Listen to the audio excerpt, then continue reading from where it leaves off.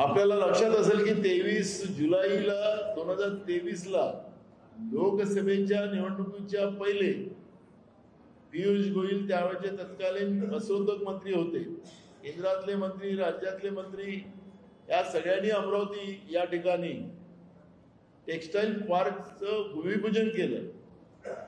मग भूमिपूजन कशाच्या आधारे केलं? मंजूर नव्हतं असंच त्याचा अर्थ निघतो ना.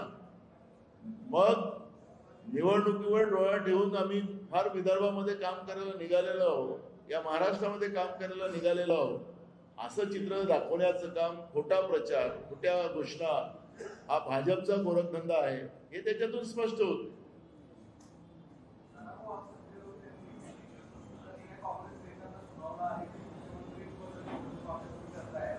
कोण काय झालं?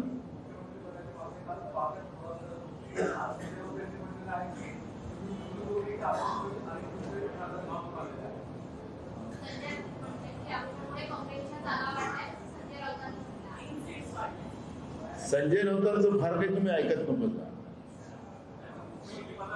अरे काहीच बात नाही आमचा, पण संजय राऊतांचं तुम्ही फार काही ऐकू नका. चला बोला नेक्स्ट.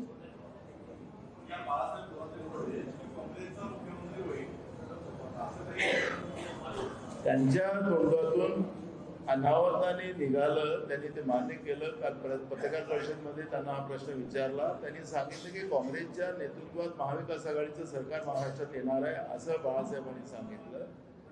आणि आजची जी परिस्थिती महाराष्ट्रातली आहे तर या सगळ्या प्रक्रियेमध्ये तर काँग्रेसला जास्त जागा मिळतील असा अंदाज आहे. त्याच्यामुळे बाळासाहेब थोरात साहेबांनी, एक ते सिनियर नेते आहेत, त्यांचा अनुभव मोठा आहे महाराष्ट्रातला, त्यांनी ही लाईन बोलली, त्याचा विपर्यास करण्यात आला.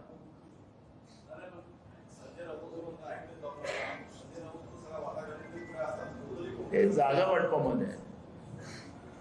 हा पुढं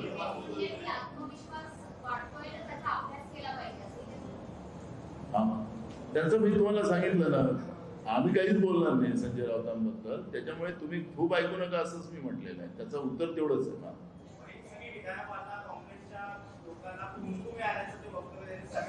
ते सकाळीच बोलतात 9 वाजता. बोला. आता सुरू झालेली आहे, परवाच एक पहिली बैठक झाली, मुंबईची चर्चा सुरू आहे, त्याच्या 2 मिटिंगा झाल्या. आज आता 2 वाजेपासून पुन्हा मिटिंग आहे आणि जागा वाटपाचं होईल आता. आणि नवरात्राच्या पहिल्या आठवड्यामध्ये आम्ही जागा सामोपचारानं डिक्लेअर करू.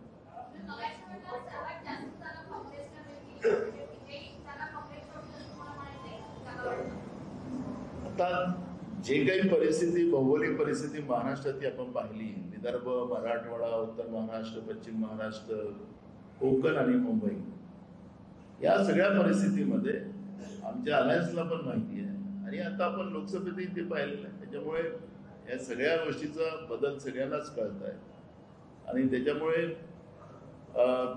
ज्या काही स्ट्राईक रेट जो राहील तो काँग्रेसला जास्त राहील असं अंदाज आता सर्वेमध्ये सगळ्यांजवळ आहे.